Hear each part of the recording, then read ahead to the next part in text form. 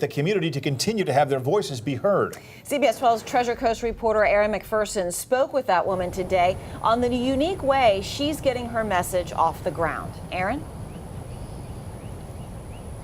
Well, this woman has been very vocal for the last 5 years about this water and what's going on with it. But she says now is the time because people are actually listening and it's an election year. So she's using her unique pictures to capture attention. A bird's eye view. It's overwhelming what you see when you're out there. Jackie Thurlow-Lippish took this video flying over Lake Okeechobee, showing algae for miles. You're in an airplane at 2,000 feet, going almost 200 miles an hour, and it's like you're just watching the pages of an old book flip with the same image again and again and again and again. The same image of green. Not until you get in the air do you witness the true horror that is around us. But she says this video doesn't even do it justice. The images are always washed out a little bit. They're never as bright as they really are, and I never change them because I feel like that would be wrong. I post what my phone tapes. And even then, the images are shocking. That's why she does it, to show others what we're dealing with. Lake Okeechobee is 90% covered with algae, and when the discharges start back up, that water is expected to go straight into the St. Lucie estuary, straight into her backyard. I've seen the demise of our waters in my lifetime, and I feel like it's my job to fight to bring them back.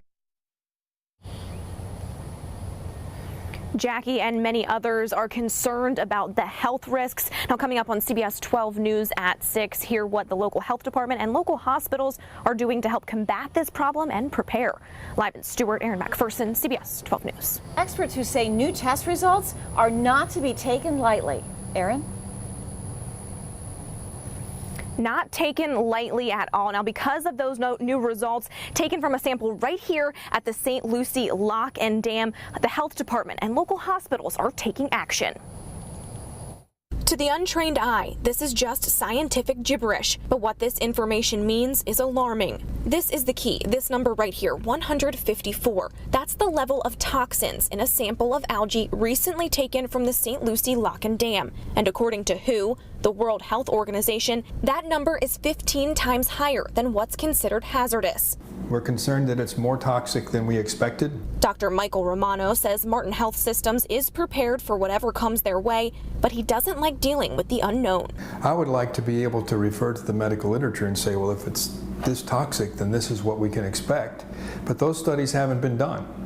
So that's what we're calling for. That's why they're starting to monitor patients coming in with algae exposure. So far, they have seen an increase in symptoms, mainly of skin and eye irritations, and some with breathing and stomach issues. Everything that we've seen, we've been able to treat in the emergency room and send home feeling better. But Dr. Romano is urging you to stay away from the water, and so is the Martin County Health Department. They even issued a new advisory after the results from the St. Lucie Lock and Dam were released. It's just an emphasis on avoiding exposure or minimizing exposure to algal blooms anywhere in the county, but particularly in that area.